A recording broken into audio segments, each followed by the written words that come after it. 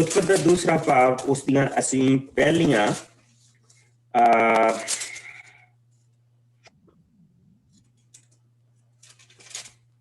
पहलियां 6 आयतां पढ़ांगे। मैं पढ़ देना पास्टर जी,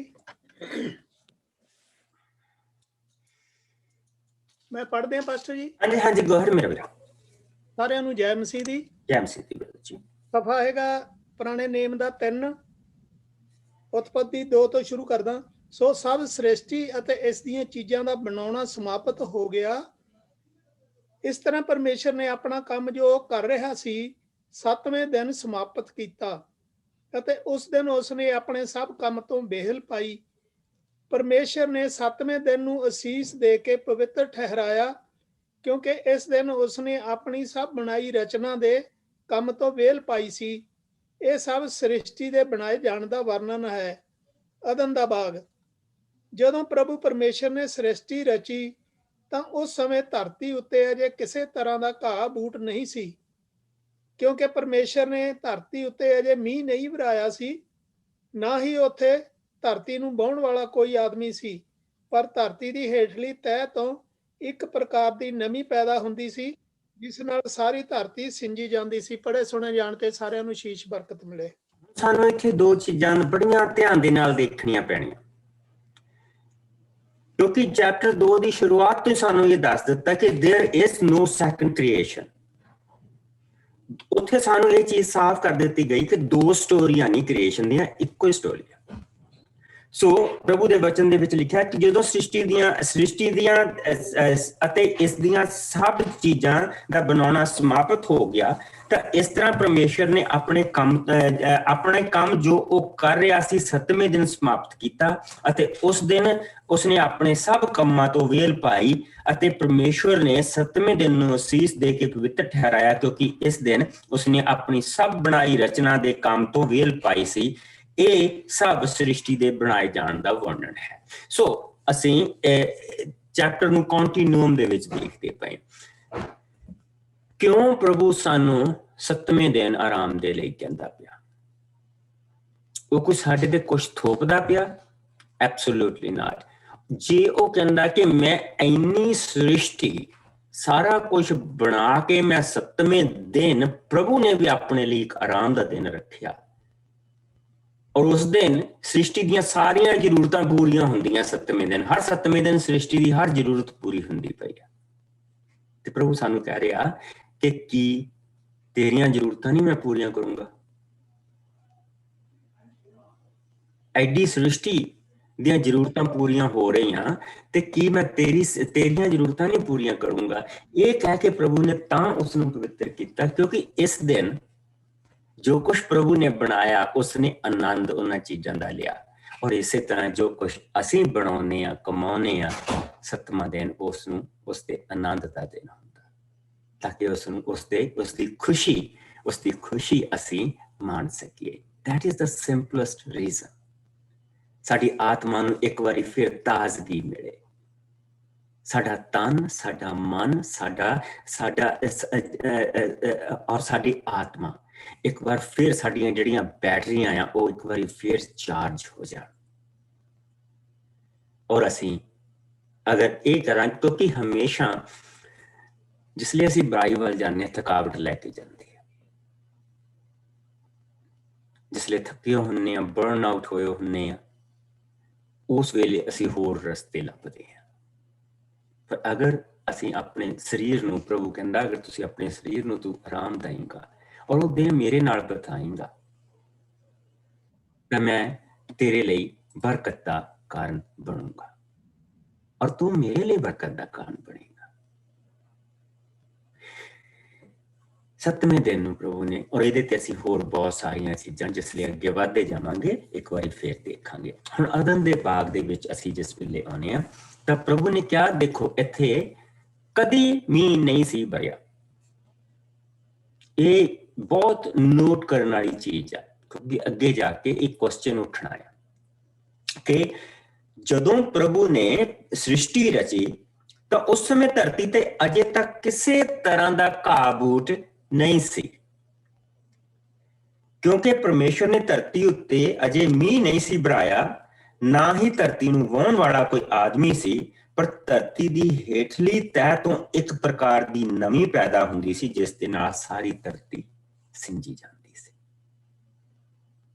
ਸੋ ਪ੍ਰਭੂ ਨੇ ਜਿਹੜਾ ਵਾਟਰ ਲੈਵਲ ਆ, ਜਿਹੜਾ ਥੱਲੜਾ, ਕਿਉਂਕਿ ਅਸੀਂ 3 ਪਾਣੀਆਂ ਦੇ ਵਿੱਚ ਆ, ਇੱਕ ਪਾਣੀ ਧਰਤੀ ਦੇ ਥੱਲੇ ਆ, ਇੱਕ ਪਾਣੀ ਧਰਤੀ ਦੇ ਉੱਤੇ ਆ, ਔਰ ਇੱਕ ਸਾਡੇ ਆਲੇ ਦੁਆਲੇ ਇੱਕ ਪਾਣੀ ਦੀ ਤਹਿ, ਜਿਸ ਨੂੰ ਬ੍ਰਹਿਮੰਡ ਕਹਿੰਦੇ ਆ ਅਸੀਂ, ਉਸਦੇ ਕਈ ਨਾਂ ਲਏ ਜਾਂਦੇ, ਜਿਹੜਾ ਅਸੀਂ ਕੱਲ ਦੇਖਿਆ ਸੀ। ਕੋਈ ਉਸਨੂੰ ਓਜ਼ੋਨ ਲੇਅਰ ਕਹੀ ਜਾਂਦਾ, ਕੋਈ ਉਸਨੂੰ ਕੁਛ ਕਹੀ ਜਾਂਦਾ, ਲੇਕਿਨ ਉਹ ਇੱਕ ਪਾਣੀ ਦੀ ਤਹਿ ਆ, ਜਿਸ ਦੇ ਵਿੱਚੋਂ ਦੀ ਜਿਸੇ ਸੂਰਜ ਦੀਆਂ ਜਿਸੇ ਕਿਰਨਾਂ ਆਉਂਦੀਆਂ ਆ, ਤੇ ਉਹ ਸਿਰਫ ਸਾਫ਼ ਤੇ ਸੁਥਰੀਆਂ ਕਿਰਨਾਂ ਸਾਡੇ ਤੱਕ ਪਹੁੰਚਦੀਆਂ, ਔਰ ਉਨੀਆਂ ਕਿਰਨਾਂ ਸਾਡੇ ਤੱਕ ਪਹੁੰਚਦੀਆਂ ਜਿੰਨੀਆਂ ਸਾਨੂੰ ਚਾਹੀਦੀਆਂ, ਉਸ ਤੋਂ ਇੱਕ ਵੀ ਚੀਜ਼ ਜ਼ਿਆਦਾ ਨਹੀਂ।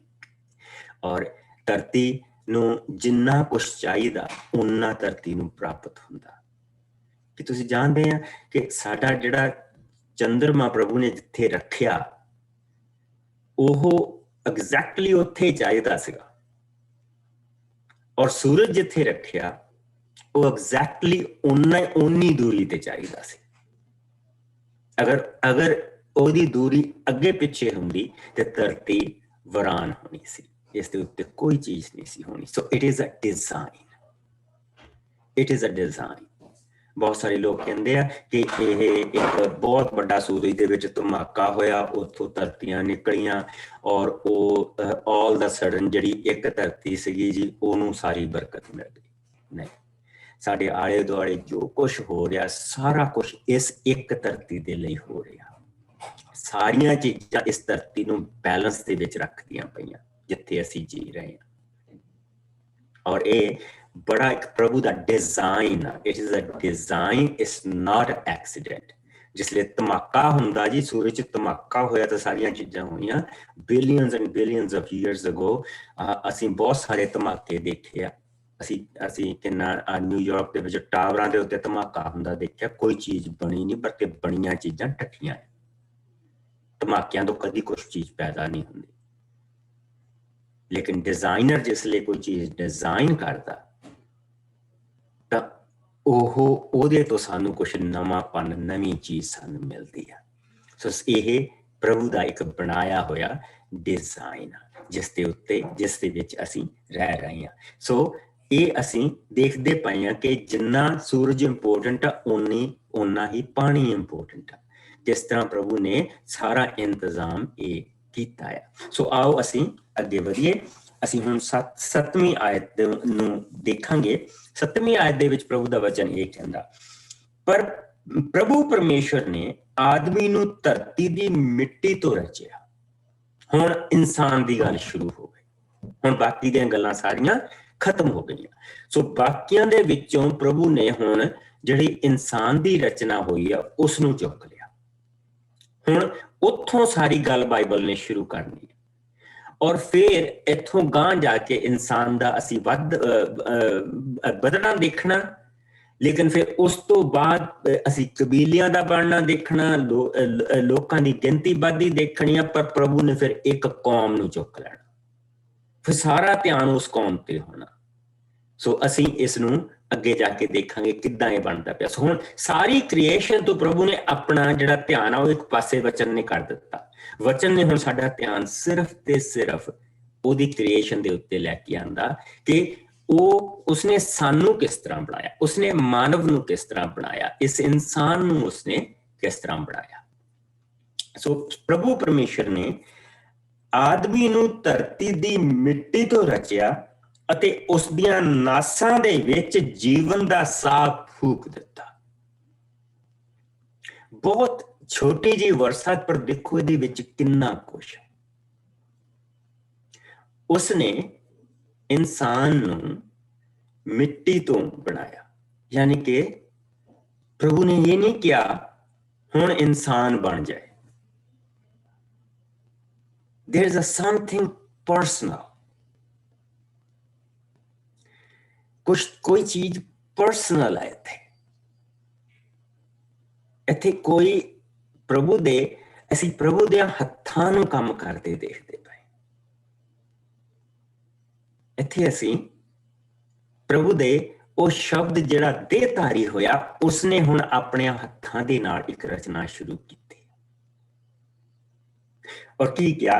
ਪ੍ਰਭੂ ਨੇ ਆਦਮੀ ਨੂੰ ਧਰਤੀ ਦੀ ਮਿੱਟੀ ਤੋਂ ਰਚਿਆ ਅਤੇ ਉਸ ਦੀਆਂ ਨਾਸਾਂ ਦੇ ਵਿੱਚ ਜੀਵਨ ਦਾ ਸਾਹ ਫੂਕ ਦਿੱਤਾ, ਜਿਸ ਦੇ ਨਾਲ ਆਦਮੀ ਜਿਉਂਦਾ ਪ੍ਰਾਣੀ ਬਣ ਗਿਆ। ਜ਼ਿੰਦਗੀ ਦਾ ਸਾਹ ਜਿਹੜਾ ਉਸਦੇ ਵਿੱਚ ਫੂਕਿਆ ਗਿਆ, ਯਾਨੀ ਕਿ ਪ੍ਰਭੂ ਨੇ ਆਪਣੇ ਹੱਥਾਂ ਦੇ ਨਾਲ ਉਸ ਨੂੰ ਰਚਿਆ। ਔਰ it is a funny but ਸਭ ਤੋਂ ਪਹਿਲਾ CPR ਅਸੀਂ ਦੇਖਦੇ ਪਏ ਕਿ ਪ੍ਰਭੂ ਨੇ ਉਸਦੇ ਮੂੰਹ ਦੇ ਵਿੱਚ ਆਪਣਾ ਸਾਹ ਪਾਇਆ ਔਰ ਉਹ ਜਿਉਂਦਾ ਪ੍ਰਾਣੀ ਬਣ ਗਿਆ। That's who we are। ਹੋਰ ਜਿੰਨੀਆਂ ਮਰਜ਼ੀ ਚੀਜ਼ਾਂ ਲੈ ਲਈਏ, ਇਸ ਐਕਸੀਡੈਂਟ, ਪਰ ਇਹ ਇੱਥੇ ਇੱਕ ਪਰਸਨਲ ਪ੍ਰਭੂ ਦਾ ਅਸੀਂ ਰਿਸ਼ਤਾ ਦੇਖਦੇ ਪਏ ਹਾਂ। ਔਰ ਇਸ ਕਰਕੇ ਆਦਮ ਨੂੰ ਪ੍ਰਭੂ ਦਾ ਪੁੱਤਰ ਕਿਹਾ ਗਿਆ,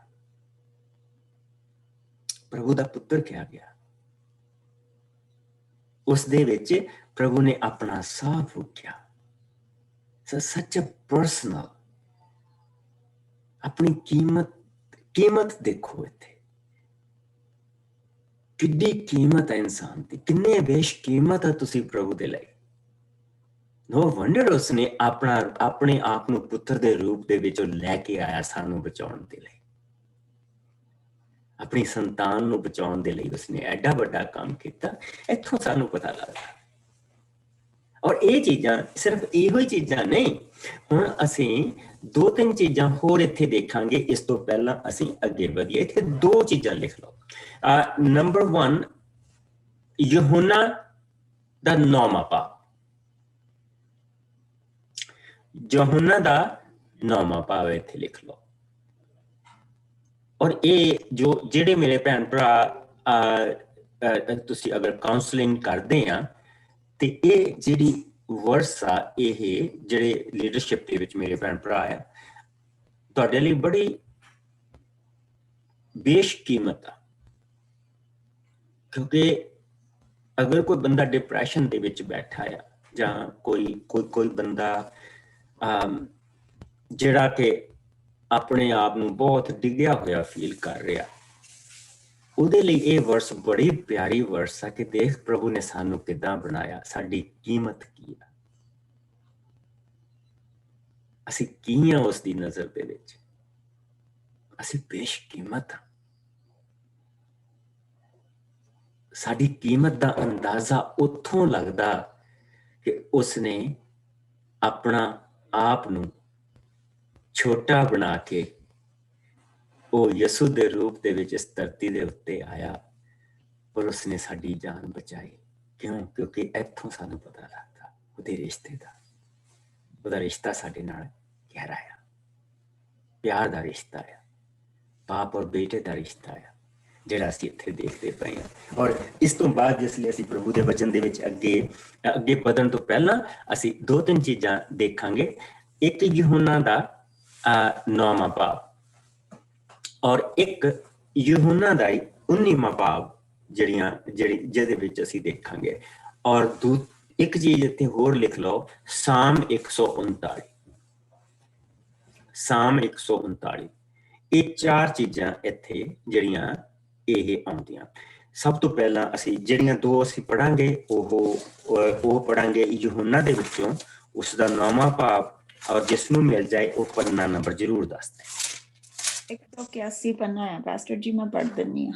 181 ਪੰਨਾ। ਇੱਕ ਮਿੰਟ ਸਿਸਟਰ ਜੀ, ਸਾਰਿਆਂ ਨੂੰ ਲੱਭ ਲੈਣਗੇ।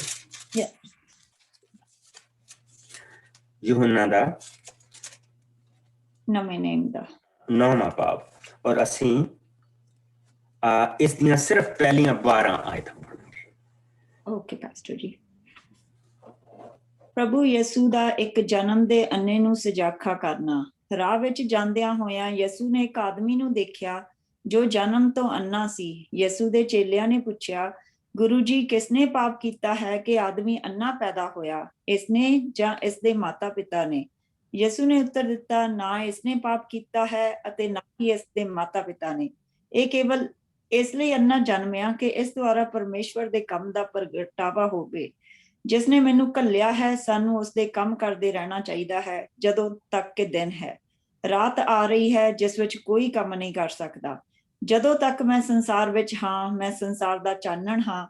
ਇਹ ਕਹਿ ਕੇ ਯਿਸੂ ਨੇ ਜ਼ਮੀਨ ਉੱਤੇ ਥੁੱਕਿਆ ਤੇ ਉਸ ਥੁੱਕ ਨਾਲ ਮਿੱਟੀ ਦਾ ਇੱਕ ਲੇਪ ਬਣਾਇਆ ਅਤੇ ਉਸ ਅੰਨੇ ਦੀਆਂ ਅੱਖਾਂ ਉੱਤੇ ਲਾ ਕੇ ਉਸਨੂੰ ਕਿਹਾ, ਜਾ ਕੇ ਸਿਲੋਮ ਦੇ ਤਲਾਅ ਵਿੱਚ ਧੋ ਲੈ। ਇਸ ਦਾ ਅਰਥ ਹੈ ਭੇਜਿਆ ਹੋਇਆ। ਇਸ ਤਰ੍ਹਾਂ ਉਹ ਗਿਆ, ਉਸਨੇ ਆਪਣੀਆਂ ਅੱਖਾਂ ਧੋਤੀਆਂ ਅਤੇ ਦੇਖਦਾ ਹੋਇਆ ਮੁੜ ਆਇਆ।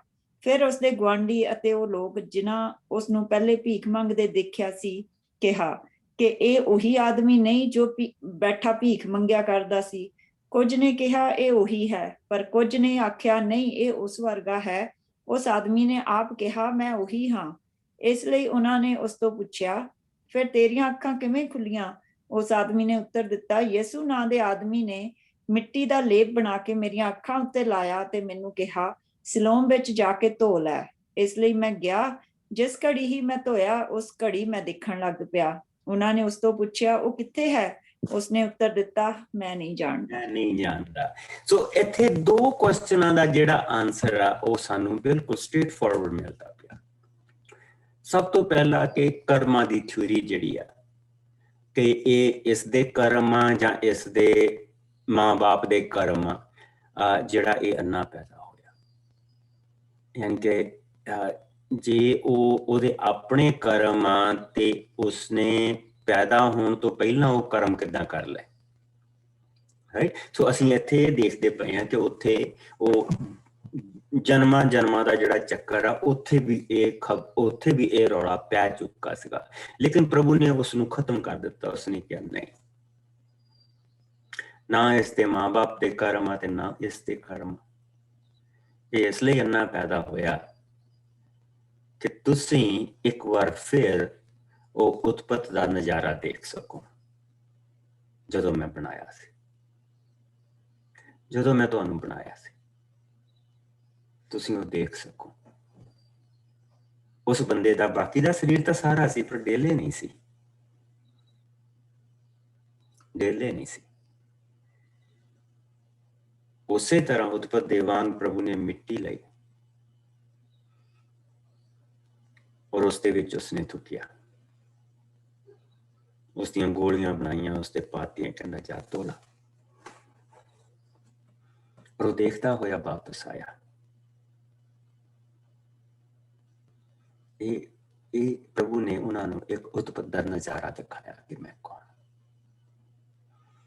ਕੌਣ ਆ ਜੋ ਤੁਹਾਡੇ ਵਿੱਚ। ਫਿਰ ਇਸ ਵੇਲੇ ਪ੍ਰਭੂ ਯਿਸੂ ਮਸੀਹ ਨੇ ਬੇਸਿਕਲੀ 14 ਦਿਨ ਰਹਿ ਗਏ ਉਹਨਾਂ ਦੇ ਸਲੀਬ ਦੇ ਉੱਤੇ ਜਾਣ ਦੇ ਲਈ, ਜਿਸ ਵੇਲੇ ਉਹਨਾਂ ਨੂੰ ਪ੍ਰਭੂ ਯਿਸੂ ਮਸੀਹ ਨੇ ਇਹ ਮਿਰਾਕਲ ਦਿਖਾਇਆ।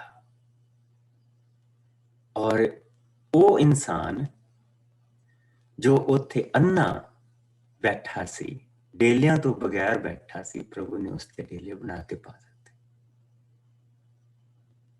ਔਰ ਅਸੀਂ ਉਹੀ ਦੇਖਦੇ ਪਏ ਹਾਂ ਕਿ ਪ੍ਰਭੂ ਨੇ ਧਰਤੀ ਤੋਂ ਮਿੱਟੀ ਲਈ ਆ, ਉਹਦੇ ਤੋਂ ਇੱਕ ਲੋਲੋ ਬਣਾਈ ਆ ਔਰ ਉਸਦੇ ਵਿੱਚ ਸਾਹ ਫੂਕਿਆ ਤੇ ਉਹ ਜਿਉਂਦਾ ਹੋ ਗਿਆ।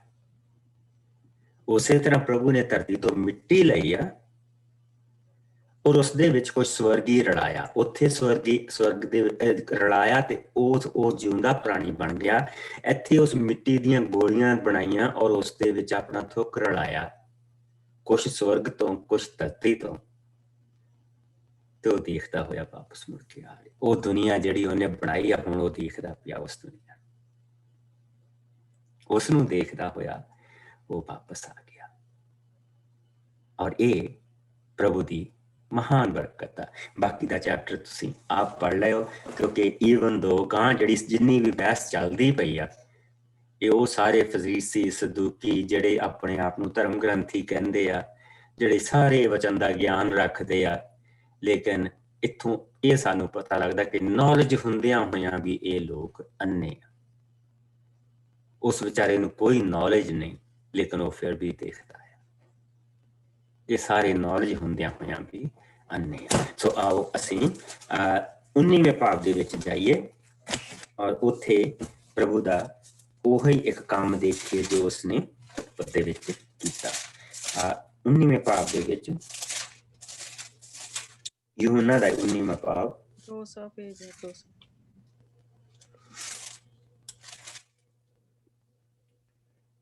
ਐਕਚੁਅਲੀ ਸੌਰੀ 19 ਨਹੀਂ 20ਵਾਂ ਭਾਵ ਆ, ਉਸ ਦੀ ਅਸੀਂ 19 ਆਇਤ ਤੋਂ ਲੈ ਕੇ 23 ਆਇਤ ਤੱਕ ਪੜਾਂਗੇ। 203 ਪੰਨਾ। ਮੈਂ ਪੜ੍ਹਦੇ ਹਾਂ ਪਾਸਟਰ ਜੀ। ਹਾਂਜੀ। ਪ੍ਰਭੂ ਯਿਸੂ ਦਾ ਚੇਲਿਆਂ ਨੂੰ ਦਰਸ਼ਨ ਦੇਣਾ। ਐਤਵਾਰ ਨੂੰ ਤਰਕਾੜਾਂ ਦੇ ਵੇਲੇ ਜਦੋਂ ਚੇਲੇ ਯਹੂਦੀਆਂ ਦੇ ਡਰ ਦੇ ਮਾਰੇ ਬੂਹੇ ਬੰਦ ਕਰੀ ਇੱਕ ਥਾਂ ਇਕੱਠੇ ਹੋਏ ਸਨ, ਤਾਂ ਯਿਸੂ ਆ ਕੇ ਉਹਨਾਂ ਦੇ ਵਿਚਕਾਰ ਖੜੇ ਹੋ ਗਏ ਅਤੇ ਉਹਨਾਂ ਨੂੰ ਆਖਿਆ, ਤੁਹਾਨੂੰ ਸ਼ਾਂਤੀ ਮਿਲੇ। ਇਹ ਕਹਿ ਕੇ ਉਹਨਾਂ ਚੇਲਿਆਂ ਨੂੰ ਆਪਣੇ ਹੱਥ ਅਤੇ ਵੱਖੀ ਵਿਖਾਈ। ਚੇਲੇ ਪ੍ਰਭੂ ਨੂੰ ਦੇਖ ਕੇ ਬਹੁਤ ਖੁਸ਼ ਹੋਏ। ਇਸ ਲਈ ਯਿਸੂ ਨੇ ਫਿਰ ਉਹਨਾਂ ਨੂੰ ਕਿਹਾ, ਤੁਹਾਨੂੰ ਸ਼ਾਂਤੀ ਮਿਲੇ। ਜਿਸ ਤਰ੍ਹਾਂ ਪਿਤਾ ਨੇ ਮੈਨੂੰ ਘੱਲਿਆ ਹੈ, ਮੈਂ ਵੀ ਤੁਹਾਨੂੰ ਘੱਲਦਾ ਹਾਂ। ਇਹ ਕਹਿ ਚੁੱਕਣ ਦੇ ਪਿੱਛੋਂ ਯਿਸੂ ਨੇ ਉਹਨਾਂ ਉੱਤੇ ਸਵਾਸ ਫੂਕਿਆ ਅਤੇ ਆਖਿਆ, ਪਵਿੱਤਰ ਆਤਮਾ ਲਵੋ। ਜੇਕਰ ਤੁਸੀਂ ਕਿਸੇ ਦੇ ਪਾਪ ਮਾਫ ਕਰੋਗੇ ਤਾਂ ਉਹ ਮਾਫ ਹੋ ਜਾਣਗੇ, ਅਤੇ ਜੇ ਤੁਸੀਂ ਪਾਪ ਮਾਫ ਨਾ ਕਰੋਗੇ ਤਾਂ ਉਹ ਪਾਪ ਮਾਫ ਨਹੀਂ ਕੀਤੇ ਜਾਣਗੇ। ਆਮੀਨ। ਜਾਣਗੇ। ਸੋ ਉਸੇ ਤਰ੍ਹਾਂ ਵਿਚਾਰੇ ਡਰ ਦੇ ਮਾਰੇ ਅੰਦਰ ਬੂਹੇ ਬੰਦ ਕਰੀ ਬੈਠੇ ਹੋ, ਮੁਰਦਿਆਂ ਵਾਲਾ ਹਾਲ ਆ। ਔਰ ਪ੍ਰਭੂ ਨੇ ਉਹਨਾਂ ਦੇ ਅੰਦਰ ਜ਼ਿੰਦਗੀ ਫੂਕੀ ਕਿ ਉਠੋ ਔਰ ਤੁਰੋ। ਜਿਨ੍ਹਾਂ ਦੇ ਪਾਪ ਤੁਸੀਂ ਮਾਫ ਕਰੋਗੇ ਉਹ ਹੋ ਜਾਣਗੇ, ਜਿਸ ਦੇ ਪਾਪ ਤੁਸੀਂ ਮਾਫ ਨਹੀਂ ਕਰੋਗੇ ਉਹ ਨਹੀਂ ਹੋਣਗੇ। ਸੋ ਅਸੀਂ ਇੱਕ ਵਾਰ ਫਿਰ ਪ੍ਰਭੂ ਦਾ ਸਾਹ ਔਰ ਬੇਸਿਕਲੀ ਜਿਹੜੀ ਪਵਿੱਤਰ ਆਤਮਾ ਆ ਉਸਨੂੰ ਹੀਬਰੂ ਦੇ ਵਿੱਚ ਜਿਹੜਾ ਉਸਦੇ ਲਈ ਅਕਸ਼ਰ ਵਰਤੇ ਜਾਂਦਾ ਉਹ ਹੈ ਰੂਆਹ। ਔਰ ਰੂਆਹ ਦਾ ਜਿਹੜਾ ਮਤਲਬ ਉਹ ਹੈ ਸਾਹ, ਪ੍ਰਭੂ ਦਾ ਸਾਹ। ਸੋ ਇੱਕ ਪ੍ਰਭੂ ਦਾ ਸ਼ਬਦ ਆ, ਇੱਕ ਪ੍ਰਭੂ ਦਾ ਸਾਹ ਆ, ਇਸ ਕਰਕੇ ਪ੍ਰਭੂ ਇੱਕ ਆ। ਜਿਹੜਾ ਉਸਦਾ ਸ਼ਬਦ ਆ ਉਹ ਦੇਹਧਾਰੀ ਹੋ ਕੇ ਸਾਡੇ ਵਿੱਚ ਆਇਆ। ਜਿਹੜਾ ਉਸਦਾ ਸਾਹ ਆ ਉਹ ਇੱਕ ਸਾਹ ਦੀ ਤਰ੍ਹਾਂ ਸਾਡੇ ਵਿੱਚ ਆਇਆ, ਔਰ ਸਾਹ ਦੇ ਵਿੱਚ ਜ਼ਿੰਦਗੀ ਆ। ਸਾਹ ਦੇ ਵਿੱਚ ਜ਼ਿੰਦਗੀ ਆ। ਇਹ ਪ੍ਰਭੂ ਦੇ ਅਸੀਂ ਉਹਨਾਂ ਚੀਜ਼ਾਂ ਨੂੰ ਦੇਖਦੇ ਪਏ ਹਾਂ। ਸੋ ਆਓ ਅਸੀਂ ਹੁਣ 8ਵੀਂ ਆਇਤ ਤੋਂ ਅੱਗੇ ਵਧਦੇ ਹਾਂ। ਮੇਰੇ ਨਾਲ ਦੂਸਰੇ ਭਾਵ 'ਚ ਫਿਰ ਆ ਜਾਓ। ਅਸੀਂ ਹੁਣ 8ਵੀਂ ਆਇਤ ਤੋਂ ਅੱਗੇ ਵਧਦੇ ਹਾਂ। ਜਿਸ ਨੂੰ ਮਿਲ ਜਾਏ ਅਸੀਂ ਹੁਣ ਦੂਸਰਾ ਚੈਪਟਰ ਜਿਹੜਾ ਉਸ ਨੂੰ ਖਤਮ ਕਰਾਂਗੇ। ਮੈਂ ਪੜ੍ਹਦੀ ਨਹੀਂ ਕਰ ਸਕਦੀ। ਗੋ ਅਹੈਡ। ਪ੍ਰਭੂ ਪਰਮੇਸ਼ਵਰ ਨੇ ਪੂਰਬ ਦੇ ਪਾਸੇ ਅਦਨ ਵਿੱਚ ਇੱਕ ਬਾਗ ਲਾਇਆ ਅਤੇ ਉਸ ਵਿੱਚ ਆਪਣੇ ਹਰ ਆਦਮੀ ਨੂੰ ਰੱਖ ਦਿੱਤਾ। ਉਸਨੇ ਹਰ ਤਰ੍ਹਾਂ ਦੇ ਦੇਖਣ ਵਿੱਚ ਸੁੰਦਰ ਰੁੱਖ ਜ਼ਮੀਨ ਤੇ ਉਗਾਏ। ਬਾਗ ਦੇ ਵਿਚਕਾਰ ਪਰਮੇਸ਼ਵਰ ਨੇ 2 ਰੁੱਖ ਲਾਏ, ਇੱਕ ਜੀਵਨ ਦਾ ਅਤੇ ਦੂਜਾ ਭਲੇ ਤੇ ਬੁਰੇ ਦੀ ਪਛਾਣ ਦਾ ਰੁੱਖ। ਇੱਕ ਮਹਾਨਦੀ ਉਸ ਬਾਗ ਨੂੰ ਸਿੰਜਣ ਦੇ ਲਈ ਅਦਨ ਦੇ ਵਿੱਚੋਂ ਦੀ ਜਾਂਦੀ ਸੀ, ਜੋ ਅੱਗੇ ਜਾ ਕੇ 4 ਹਿੱਸਿਆਂ ਵਿੱਚ ਵੰਡੀ ਜਾਂਦੀ ਸੀ। ਪਹਿਲੇ ਦਾ ਨਾਂ ਪਿਸੋਨ ਦਰਿਆ, ਜੋ ਹਵੀਲਾ ਨਾਂ ਦੇ ਦੇਸ਼ ਦੇ ਚਾਰੇ ਪਾਸਿਓਂ ਦੀ ਹੋ ਕੇ ਵਗਦਾ ਹੈ। ਹਵੀਲਾ ਵਿੱਚ ਸੋਨਾ ਮਿਲਦਾ ਹੈ, ਉੱਥੋਂ ਦਾ ਸੋਨਾ ਸ਼ੁੱਧ ਹੁੰਦਾ ਹੈ ਅਤੇ ਉੱਥੇ ਮੋਤੀ ਅਤੇ ਸੁਲੇਮਾਨੀ ਪੱਥਰ ਵੀ ਮਿਲਦੇ ਹਨ। ਦੂਜੇ ਦਰਿਆ ਦਾ ਨਾਂ ਗਿਹੋਨ ਹੈ, ਜੋ ਰੂਪੇ ਦੇ ਚਾਰੇ ਪਾਸਿਓਂ ਦੀ ਹੋ ਕੇ ਵਗਦਾ ਹੈ। ਤੀਜੇ ਦਾ ਨਾਂ ਦਜਲਾ ਹੈ, ਜੋ ਅਸ਼ੂਰ ਦੇ ਦੇਸ਼ ਦੇ ਪੂਰਬੀ ਪਾਸੇ ਤੋਂ ਹੋ ਕੇ ਜਾਂਦਾ ਹੈ, ਅਤੇ ਚੌਥੇ ਦਰਿਆ ਦਾ ਨਾਂ ਫਰਾਤ ਹੈ। ਪ੍ਰਭੂ ਪਰਮੇਸ਼ਵਰ ਨੇ ਆਦਮੀ ਨੂੰ ਲੈ ਕੇ ਅਦਨ ਦੇ ਬਾਗ ਵਿੱਚ ਰੱਖ ਦਿੱਤਾ ਕਿ ਉਹ ਉਸਦੇ ਬਾਗਬਾਨੀ ਅਤੇ ਰਾਖੀ ਕਰੇ। ਪਰਮੇਸ਼ਵਰ ਨੇ ਉਸਨੂੰ ਇਹ ਆਗਿਆ ਦਿੱਤੀ, ਤੂੰ ਬਾਗ ਦੇ ਹਰ ਰੁੱਖ ਦਾ ਫਲ ਖਾ ਸਕਦਾ ਹੈ, ਪਰ ਭਲੇ ਅਤੇ ਬੁਰੇ ਦੀ ਪਛਾਣ ਵਾਲੇ ਰੁੱਖ ਦਾ ਫਲ ਨਾ ਖਾਈ, ਕਿਉਂਕਿ ਜਿਸ ਦਿਨ ਤੂੰ ਉਸ ਰੁੱਖ ਦਾ ਫਲ ਖਾਏਂਗਾ ਉਸ ਦਿਨ ਜ਼ਰੂਰ ਤੂੰ ਮਰ ਜਾਵੇਂਗਾ। ਪ੍ਰਭੂ ਪਰਮੇਸ਼ਵਰ ਨੇ ਕਿਹਾ, ਇਹ ਚੰਗਾ ਨਹੀਂ ਹੈ ਕਿ ਆਦਮੀ ਇਕੱਲਾ ਰਹੇ। ਮੈਂ ਉਸਦੇ ਲਈ ਇੱਕ ਸਾਥੀ ਬਣਾਵਾਂਗਾ ਜੋ ਠੀਕ ਉਸੇ ਤਰ੍ਹਾਂ ਦਾ ਹੋਵੇਗਾ। ਪਰ ਪ੍ਰਭੂ ਪਰਮੇਸ਼ਵਰ ਨੇ ਮਿੱਟੀ ਤੋਂ ਸਭ ਜੰਗਲੀ ਜਾਨਵਰ ਅਤੇ ਆਕਾਸ਼ ਦੇ ਪੰਛੀ ਰਚੇ। ਉਹ ਉਹਨਾਂ ਸਭ ਨੂੰ ਆਦਮੀ ਕੋਲ ਲੈ ਕੇ ਆਇਆ ਕਿ ਦੇਖੇ ਕਿ ਉਹ ਉਹਨਾਂ ਦੇ ਕੀ ਨਾਂ ਰੱਖਦਾ ਹੈ। ਸੋ ਜੋ ਕਹਿ ਕੇ ਆਦਮੀ ਨੇ ਹਰ ਪ੍ਰਾਣੀ ਨੂੰ ਸੱਦਿਆ, ਉਹੀ ਉਸ ਪ੍ਰਾਣੀ ਦਾ ਨਾਂ ਪੈ ਗਿਆ। ਇਸ ਤਰ੍ਹਾਂ ਆਦਮੀ ਨੇ ਹਰ ਘਰੇਲੂ ਪਸ਼ੂ, ਹਵਾ ਦੇ ਪੰਛੀ ਅਤੇ ਜੰਗਲੀ ਜਾਨਵਰ ਦਾ ਨਾਂ ਰੱਖਿਆ, ਪਰ ਉਹਨਾਂ ਵਿੱਚ ਉਸਦੇ ਆਪਣੇ ਲਈ ਕੋਈ ਸਾਥੀ ਨਹੀਂ ਸੀ। ਪ੍ਰਭੂ ਪਰਮੇਸ਼ਵਰ ਨੇ ਆਦਮੀ ਉੱਤੇ ਗੂੜੀ ਨੀਂਦ ਘੱਲੀ। ਜਦੋਂ ਆਦਮੀ ਸੌਂ ਗਿਆ ਤਾਂ ਪਰਮੇਸ਼ਵਰ ਨੇ ਉਸਦੀਆਂ ਪਸਲੀਆਂ ਵਿੱਚੋਂ ਇੱਕ ਪਸਲੀ ਕੱਢ ਲਈ ਅਤੇ ਉਸ ਪਸਲੀ ਦੀ ਥਾਂ ਮਾਸ ਭਰ ਦਿੱਤਾ। ਪਰਮੇਸ਼ਵਰ ਨੇ ਉਸ ਪਸਲੀ ਤੋਂ ਔਰਤ ਬਣਾਈ ਅਤੇ ਉਸ ਨੂੰ ਉਹ ਆਦਮੀ ਕੋਲ ਲੈ ਆਇਆ। ਇਸ ਦੇ ਆਦਮੀ ਨੇ ਕਿਹਾ, ਇਹ ਮੇਰੀ ਆਪਣੀ ਹੱਡੀ ਹੈ, ਮੇਰਾ ਆਪਣਾ ਮਾਸ ਹੈ, ਨਰ ਵਿੱਚੋਂ ਨਿਕਲੀ ਹੈ, ਇਸ ਲਈ ਇਹ ਨਾਰੀ ਅਖਵਾਵੇਗੀ। ਇਸ ਲਈ ਆਦਮੀ ਆਪਣੇ ਪਿਤਾ ਅਤੇ ਮਾਤਾ ਨੂੰ ਛੱਡ ਕੇ ਆਪਣੀ ਪਤਨੀ ਨਾਲ ਮਿਲਿਆ ਰਹੇਗਾ ਅਤੇ ਉਹ ਇੱਕ ਸਰੀਰ ਬਣੇ ਰਹਿਣਗੇ। ਉਸ ਸਮੇਂ ਉਹ ਦੋਵੇਂ ਅਰਥਾਤ ਆਦਮੀ ਅਤੇ ਉਸਦੀ ਪਤਨੀ ਨੰਗੇ ਸਨ, ਪਰ ਉਹ ਇੱਕ ਦੂਜੇ ਕੋਲੋਂ ਸੰਗਦੇ ਨਹੀਂ ਸਨ। ਆਮੀਨ। ਨਹੀਂ ਸੀ। ਸੋ ਹੁਣ ਪਰਮੇਸ਼ਰ ਨੇ ਅਗਲਾ ਕੰਮ ਜਿਹੜਾ ਸ਼ੁਰੂ ਕੀਤਾ, ਪ੍ਰਭੂ ਨੇ ਉਸ ਦੇ ਲਈ ਇੱਕ ਬਾਗ ਬਣਾਇਆ, ਔਰ ਉਸ ਬਾਗ ਦੇ ਵਿੱਚ ਜਿਸ ਚੀਜ਼ ਦੀ ਵੀ ਉਸ ਨੂੰ ਜ਼ਰੂਰਤ ਸੀ, ਜਿਸ ਚੀਜ਼ ਦੀ ਉਸ ਨੂੰ ਜ਼ਰੂਰਤ ਸੀ, ਪ੍ਰਭੂ ਨੇ ਉਹ ਸਾਰੀਆਂ ਚੀਜ਼ਾਂ ਉਸ ਬਾਗ ਦੇ ਵਿੱਚ ਲਾਈਆਂ। ਦਰਿਆਵਾਂ ਦਾ ਪਾਣੀ ਉੱਥੋਂ ਵਗਦਾ ਪਿਆ, ਔਰ ਉਸ ਦੇ ਵਿੱਚ ਉਸਨੇ ਹਰ ਤਰ੍ਹਾਂ ਦਾ ਜਿਹੜਾ ਜਾਨਵਰ ਆ ਉਹ ਉਸ ਦਰਿਆ ਉਸ ਇਲਾਕੇ ਦੇ ਵਿੱਚ ਪ੍ਰਭੂ ਨੇ ਉਸ ਦੇ ਲਈ ਬਣਾਇਆ। ਔਰ ਅਸੀਂ ਬੇਸਿਕਲੀ ਅਸੀਂ ਇਹ ਕਹਿ ਸਕਦੇ ਹਾਂ, ਜਿੱਦਾਂ ਕਿ ਬੱਚੇ ਦੇ ਲਈ ਨਰਸਰੀ ਅਸੀਂ ਬਣਾਉਂਦੇ ਹਾਂ, ਪ੍ਰਭੂ ਨੇ ਉਸੇ ਤਰ੍ਹਾਂ ਹਰ ਸੁੰਦਰ ਚੀਜ਼ ਉਸ ਦੇ ਲਈ ਬਣਾਈ ਔਰ ਉਸਨੂੰ ਉਸ ਦੇ ਵਿੱਚ ਉਸਨੇ ਰੱਖ ਦਿੱਤਾ। ਔਰ ਅਸੀਂ ਇਹ ਦੇਖਦੇ ਪਏ ਹਾਂ ਕਿ ਪ੍ਰਭੂ ਨੇ ਉੱਥੇ 2 ਦਰਖਤ ਲਾਏ। ਪਹਿਲਾ ਭਲੇ ਅਤੇ ਬੁਰੇ ਦੀ ਪਹਿਚਾਨ ਦਾ, ਔਰ ਜਿਹੜਾ ਦੂਸਰਾ ਦਰਖਤ ਪ੍ਰਭੂ ਨੇ ਉੱਥੇ ਲਾਇਆ ਉਹ ਜੀਵਨ ਦਾ ਰੁੱਖ ਲਾਇਆ।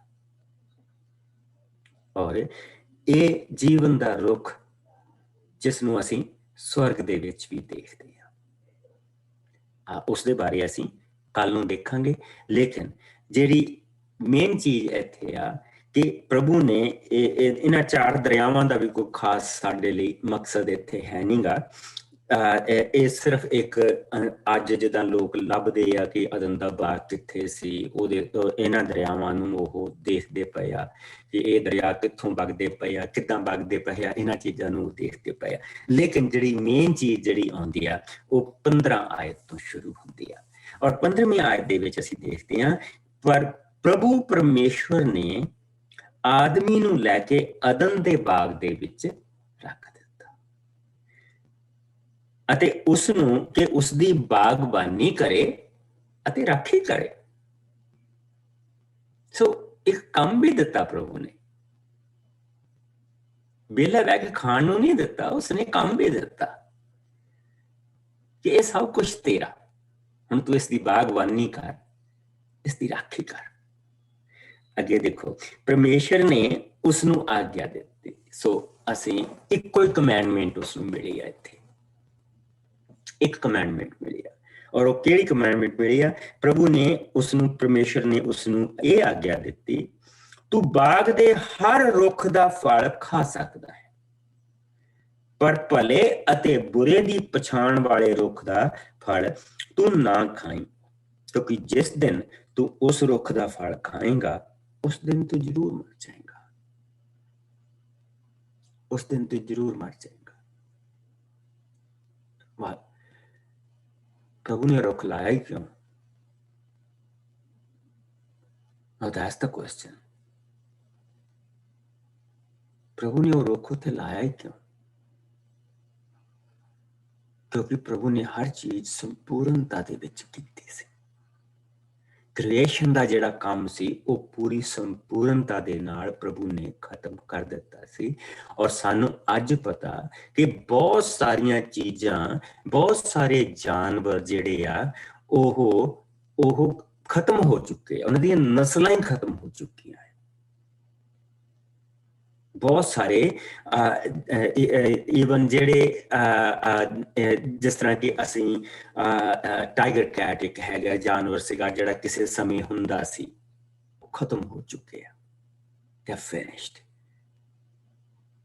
ਸੋ ਪ੍ਰਭੂ ਨੇ ਇੰਨਾ ਕੁਛ ਬਣਾਇਆ ਸੀ ਕਿ ਕੋਈ ਨਵੀਂ ਚੀਜ਼ ਉਸ ਤੋਂ ਬਾਅਦ ਨਹੀਂ ਬਣੀ, ਬਲਕਿ ਬਹੁਤ ਸਾਰੀਆਂ ਚੀਜ਼ਾਂ ਐਕਸਟਿੰਕਟ ਹੋ ਰਹੀਆਂ, ਬਹੁਤ ਸਾਰੀਆਂ ਨਸਲ ਕੁਸ਼ੀ ਹੋ ਰਹੀ ਆ, ਬਹੁਤ ਸਾਰੀਆਂ ਨਸਲਾਂ ਜਾਨਵਰਾਂ ਦੀਆਂ ਖਤਮ ਹੋ ਰਹੀਆਂ।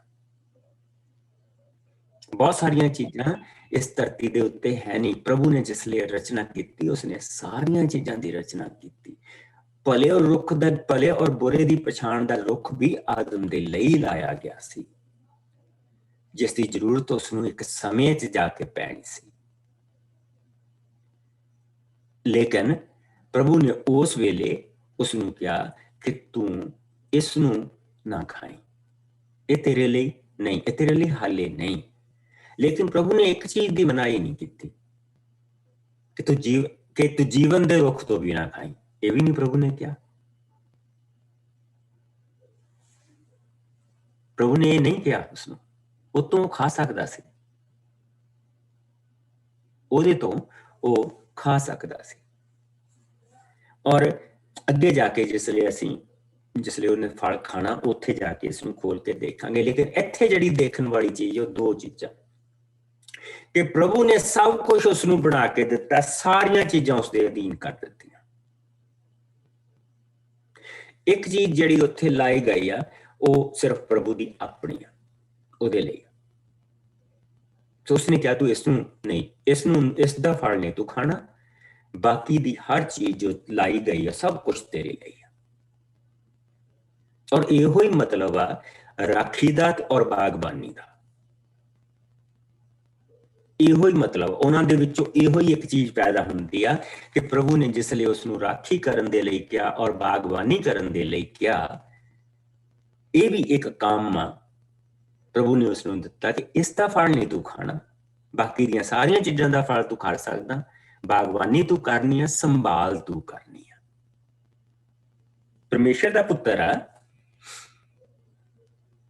कोई जानवर नहीं हो, जिड्डा बड़ा औहदा उड्डी बड़ी रिस्पोंसिबिलिटी हुंदी है। उसका एक औहदा आ, वो सारी धरती का इस वेले सारी धरती सारी क्रिएशन प्रभु ने जिन्नी कीती आ, वो सारी दी सारी क्रिएशन उन्होंने प्रभु ने दे दिती, उहदे अधिकार दे थल्ले दिती है। ਅਸੀਂ ਇਹ ਕਹਿ ਸਕਦੇ ਹਾਂ ਕਿ ਇੱਥੇ ਸਿੰਪਲੀ ਕਹਿ ਸਕਦੇ ਹਾਂ ਪ੍ਰਭੂ ਨੇ ਸਾਰੀ ਧਰਤੀ ਦਾ ਸਮਰਾਟ ਉਸ ਨੂੰ ਬਣਾ ਦਿੱਤਾ ਹੈ, ਸਾਰੇ ਅਧਿਕਾਰ ਉਸ ਨੂੰ ਦੇ ਦਿੱਤੇ ਆ। और नंबर 2 ते जिहड़ी सब तो वड्डी इत्थे चीज आ प्रभु दी हजूरी उसनूं मिलण आउंदी आ, अपने स्वर्गी बाप दे नाल मूंह तो मूंह गल करदा पिया। किड्डियां बड़ियां बरकतां दे विच ओ जी रिहा। सो जिद्दां ही असीं अगे तो जाने आ तां प्रभु ने ये कहा कि तू उस दिन जरूर मर जाएगा। सो इत्थे सब तो पहला मौत का जिहड़ा जिक्र आ वो इत्थे आउंदा, जिहड़ा शब्द मौत वरतिया गया वो सब तो पहला इत्थे वरतिया गया दूसरे चैप्टर दे विच। प्रभु परमेश्वर ने कहा कि ये चंगा नहीं है कि आदमी इकल्ला रहे। हुण बाकी जिन्नियां चीजां प्रभु ने कह के रचियां वो जोड़ियां दे विच रचियां, पर जिस वेले आदमी की गल आए, इंसान की गल आए, तो प्रभु ने पहला एक मर्द नूं जन्म दिता, एक मेल असीं इत्थे देखते पे। और फिर प्रभु ने कहा कि ये चंगा नहीं कि इकल्ला रहे। और प्रभु ने इत्थे एक सानू डिस्टिंक्शन दिखाई है, एक सानू फर्क दिखाया आदमी और जानवर दे विच, आदमी और जानवर दे विच। और इत्थों असीं ये देख सकते हैं कि आदम कोई जंगली आदमी नहीं गा, एक बुद्धिमान इंसान प्रभु ने उसनूं एक बुद्धि दित्ती है। और जिहड़ा इत्थे सब तो बड़ा जिहड़ी चीज आ कि प्रभु ने उसका एक छोटा जिहा टेस्ट लिया इत्थे। सो प्रभु परमेश्वर क्योंकि बाकी सारियां नूं जोड़ियां दे विच देख रिहा, आदम बाकी सारियां चीजां नूं जोड़ियां दे विच देख रिहा, लेकिन अपने आप को इकल्ला देख लिया। सो वचन दे विच की आया, कहंदा प्रभु परमेश्वर ने कहा यह चंगा नहीं है कि आदमी इकल्ला रहे, मैं उसदे लिए एक साथी बनावांगा जो ठीक उससे दी तरह होवेगा। प्रभु परमेश्वर ने मिट्टी तो सब जंगली जानवर अते आकाश दे पंछी रचे ਅਤੇ ਉਹ ਉਹਨਾਂ ਸਭ ਨੂੰ ਆਦਮੀ ਦੇ ਕੋਲ ਲੈ ਕੇ ਆਇਆ, ਦੇਖੇ ਕਿ ਉਹਨਾਂ ਦਾ ਨਾਂ ਕੀ ਰੱਖਦਾ ਹੈ। ਸੋ ਜੋ ਕਹਿ ਕੇ ਆਦਮੀ ਨੇ ਹਰ ਪ੍ਰਾਣੀ ਨੂੰ ਸੱਦਿਆ, ਉਸ ਪ੍ਰਾਣੀ ਦਾ ਨਾਂ ਪੈ ਗਿਆ। ਇਸ ਤਰ੍ਹਾਂ ਆਦਮੀ ਨੇ हर घरेलू पशु, हवा दे पंछी, जंगली जानवरां दा नां रखिया। ਪਰ ਉਹਨਾਂ ਦੇ ਵਿੱਚ ਉਸਦੇ ਆਪਣੇ ਲਈ ਕੋਈ ਸਾਥੀ ਨਹੀਂ ਸੀ। ਉਸਨੇ ਇਹ ਸਭ ਕੁਝ ਦੇਖਦਿਆਂ ਹੋਇਆ ਕਿਹਾ ਕਿ ਲੇਕਿਨ ਇਹਨਾਂ ਦੇ ਵਿੱਚ ਮੇਰਾ ਕੋਈ ਸਾਥੀ ਨਹੀਂ। ਇੱਕ ਵੱਖਰਾਪਨ ਉਸ ਨੂੰ ਦਿਖਾਈ ਦੇ ਰਿਹਾ ਕਿ ਮੈਂ ਇਨਸਾਨ ਹਾਂ, ਮੈਂ ਪ੍ਰਭੂ ਦੇ ਚਿਹਰੇ ਤੇ ਰਚਿਆ ਗਿਆ, ਮੈਂ ਕੋਈ ਜਾਨਵਰ ਨਹੀਂ। ਸੋ ਇੱਥੋਂ ਸਾਨੂੰ ਇਹ ਪਤਾ ਲੱਗਦਾ ਕਿ ਜੇ ਪ੍ਰਭੂ ਨੇ 2 ਦਰਖਤ ਉੱਥੇ ਲਾਏ ਵੀ ਆ ਤਾਂ ਪ੍ਰਭੂ ਨੇ ਉਸ ਨੂੰ ਬੁੱਧੀ ਵੀ ਦਿੱਤੀ ਆ। ਪ੍ਰਭੂ ਨੇ ਉਸ ਨੂੰ ਬੁੱਧੀ ਆਲਰੇਡੀ ਦਿੱਤੀ ਆ ਕਿ ਉਹ ਠੀਕ ਔਰ ਗਲਤ ਦਾ ਫੈਸਲਾ ਕਰ ਸਕੇ। ਉਸਨੇ ਹਰ ਜਾਨਵਰ ਦਾ ਨਾਮ ਰੱਖਿਆ ਆ। ਉਸਨੂੰ ਇਹ ਦੇਖਿਆ ਕਿ ਇਸ ਦੇ ਵਿੱਚ ਕੋਈ ਵੀ ਜਿਹੜਾ ਜਾਨਵਰ ਆ ਮੇਰਾ ਜੀਵਨ ਸਾਥੀ ਨਹੀਂ ਹੋ ਸਕਦਾ। ਪ੍ਰਭੂ ਨੇ ਉਸ ਨੂੰ ਇੰਨੀ ਬੁੱਧ ਦਿੱਤੀ ਆ। ਸੋ ਬੁੱਧੀ ਤੋਂ ਬਗੈਰ ਨਹੀਂ ਸੀ, ਮੂਰਖ ਨਹੀਂ ਸੀ। ਪ੍ਰਭੂ ਨੇ ਉਸ ਨੂੰ ਸਭ ਕੁਝ ਦਿੱਤਾ ਹੈ। ਲੇਕਿਨ ਇੱਕ ਵਾਰ ਫਿਰ ਕੋਈ ਜਾਣਾ 21 ਤੋਂ ਲੈ ਕੇ 25 ਤਾਈਂ ਪੜ੍ਹੇ ਔਰ ਅਸੀਂ ਇੱਥੇ ਅਸੀਂ ਈਦ ਦੀ ਰਚਨਾ ਹੁੰਦੀ ਦੇਖਦੇ ਪਾਈ 21 ਤੋਂ ਲੈ ਕੇ 25 ਤਾਈਂ, ਜਿਸ ਨੂੰ ਮੈਂ ਪੜ੍ਹ ਦੂੰ। ਹਾਂਜੀ ਕਹੋ ਮੇਰੀ ਪਿਆਰੀ ਭੈਣ। ਓਕੇ ਪ੍ਰਭੂ ਮੈਂ ਪੜ੍ਹ ਹਾਂਜੀ ਪੜ੍ਹ ਦੋ। ਪ੍ਰਭੂ ਪਰਮੇਸ਼ਰ ਨੇ ਆਦਮੀ ਉੱਤੇ ਗੂੜੀ ਨੀਂਦ ਘੱਲੀ। ਜਦੋਂ ਆਦਮੀ ਸੌਂ ਗਿਆ ਤਾਂ ਪਰਮੇਸ਼ਰ ਨੇ ਉਸ ਦੀਆਂ ਪਸਲੀਆਂ ਵਿੱਚੋਂ ਇੱਕ ਪਸਲੀ ਕੱਢ ਲਈ ਤੇ ਉਸ ਦੀ ਪਸਲੀ ਦੀ ਥਾਂ ਮਾਸ ਭਰ ਦਿੱਤਾ। ਪਰਮੇਸ਼ਰ ਨੇ ਉਸ ਪਸਲੀ ਤੋਂ ਔਰਤ ਬਣਾਈ ਅਤੇ ਉਸ ਨੂੰ ਉਹ ਆਦਮੀ ਕੋਲ ਲੈ ਆਇਆ। ਇਸ ਤੇ ਆਦਮੀ ਨੇ ਕਿਹਾ, ਇਹ ਮੇਰੀ ਆਪਣੀ ਹੱਡੀ ਹੈ, ਮੇਰਾ ਆਪਣਾ ਮਾਸ ਹੈ, ਇਹ ਨਰ ਵਿੱਚੋਂ ਨਿਕਲੀ ਹੈ, ਇਸ ਲਈ ਇਹ ਨਾਰੀ ਖਵਾਵੇਗੀ। ਇਸ ਲਈ ਆਦਮੀ ਆਪਣੇ ਪਿਤਾ ਅਤੇ ਮਾਤਾ ਨੂੰ ਛੱਡ ਕੇ ਆਪਣੀ ਪਤਨੀ ਨਾਲ ਮਿਲਿਆ ਰਹੇਗਾ ਤੇ ਉਹ ਦੋਵੇਂ ਇੱਕ ਸਰੀਰ ਬਣੇ ਰਹਿਣਗੇ। ਉਸ ਸਮੇਂ ਉਹ ਦੋਵੇਂ ਅਰਥਾਤ ਆਦਮੀ ਅਤੇ ਉਸਦੀ ਪਤਨੀ ਨੰਗੇ ਸਨ, ਪਰ ਉਹ ਇੱਕ ਦੂਜੇ ਕੋਲੋਂ ਸੰਗਦੇ ਨਹੀਂ ਸਨ। ਸੋ ਪਰਮੇਸ਼ਵਰ ਦਾ ਜਿਹੜਾ ਬਾਣਾ ਸੀ ਉਹ ਉਹਨਾਂ ਦੇ ਉੱਤੇ ਸੀ। ਇਸ ਦਾ ਮਤਲਬ ਇਹ ਨਹੀਂ ਸੀ ਕਿ ਉਹ ਜਿਸ ਤਰ੍ਹਾਂ ਕਿ ਜਿਹੜੀ ਸ਼ਰਮ ਨਹੀਂ ਸੀ, ਪਰਮੇਸ਼ਵਰ ਦਾ ਇੱਕ ਬਾਣਾ ਉੱਤੇ ਸੀ, ਇੱਕ ਜ਼ਿੰਦਗੀ ਦਾ ਬਾਣਾ ਪ੍ਰਭੂ ਨੇ ਉਹਨਾਂ ਦੇ ਉੱਤੇ ਪਾਇਆ ਸੀ। ਇਸ ਕਰਕੇ ਉਹ ਇੱਕ ਦੂਜੇ ਤੋਂ ਸੰਗਦੇ ਨਹੀਂ ਸੀ। ਲੇਕਿਨ ਜਿਹੜੀ ਮੇਨ ਚੀਜ਼ ਇੱਥੇ ਦੇਖਣ ਵਾਲੀ ਉਹ ਇਹ ਆ ਕਿ ਜਿਸ ਵੇਲੇ ਉਸਨੇ ਆਪਣੇ ਲਈ ਉਹਨਾਂ ਜਾਨਵਰਾਂ ਦੇ ਵਿੱਚੋਂ ਕੋਈ ਸਾਥੀ ਉਸ ਨੂੰ ਨਹੀਂ ਮਿਲਿਆ ਤਾਂ ਪ੍ਰਭੂ ਨੇ ਫਿਰ ਅਗਲਾ ਕਦਮ ਚੁੱਕਿਆ ਔਰ ਇਹ ਕਦਮ ਇਹ ਸੀ ਕਿ ਉਸਨੇ ਮਨੁੱਖ ਦੇ ਉੱਤੇ, ਉਸਨੇ ਆਦਮ ਦੇ ਉੱਤੇ ਗੂੜੀ ਨੀਂਦ ਕੱਢੀ ਔਰ ਜਿਸ ਲਈ ਉਹ ਸੌਂ ਰਿਹਾ ਸੀ ਤਾਂ ਪ੍ਰਭੂ ਨੇ ਉਸਦੀ ਇੱਕ ਪਸੜੀ ਲਈ ਔਰ ਉਸ ਨੂੰ ਉਸ ਸਵਰਗ ਦੇ ਵਿੱਚ ਲੈ ਕੇ ਗਿਆ ਔਰ ਉੱਥੋਂ ਉਸਨੇ ਉਸਦੇ ਲਈ, ਉਸਦੇ ਮਨ ਦੀ ਚਾਹਤ ਦੇ ਅਨੁਸਾਰ ਉਸਨੇ ਔਰਤ ਨੂੰ, ਔਰ ਪ੍ਰਭੂ ਦਾ ਇੱਕ ਬੜਾ ਪਿਆਰਾ ਸ਼ਬਦ ਆਉਂਦਾ, ਉਸਨੇ ਔਰਤ ਨੂੰ ਘੜਿਆ।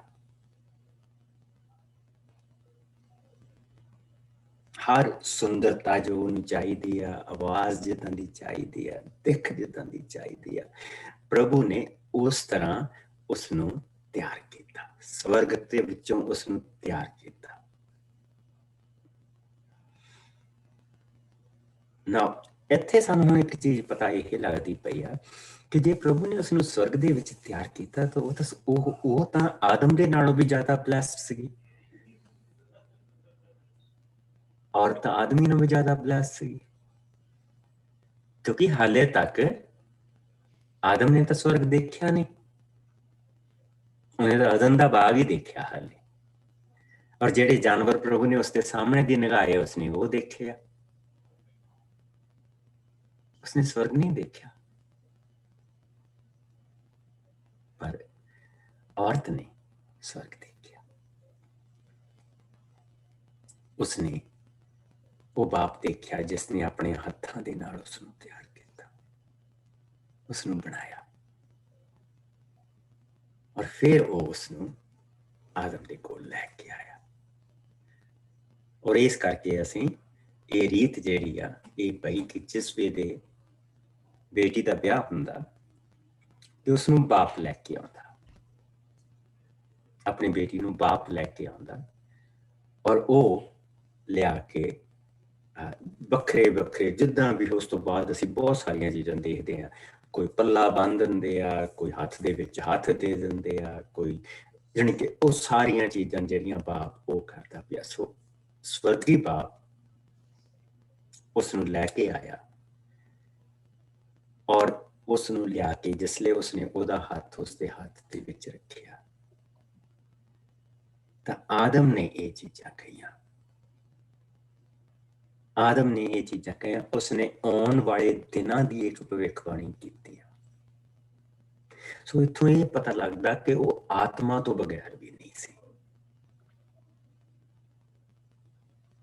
ਉਹ ਬੁੱਧੀਹੀਨ ਵੀ ਨਹੀਂ ਸੀ,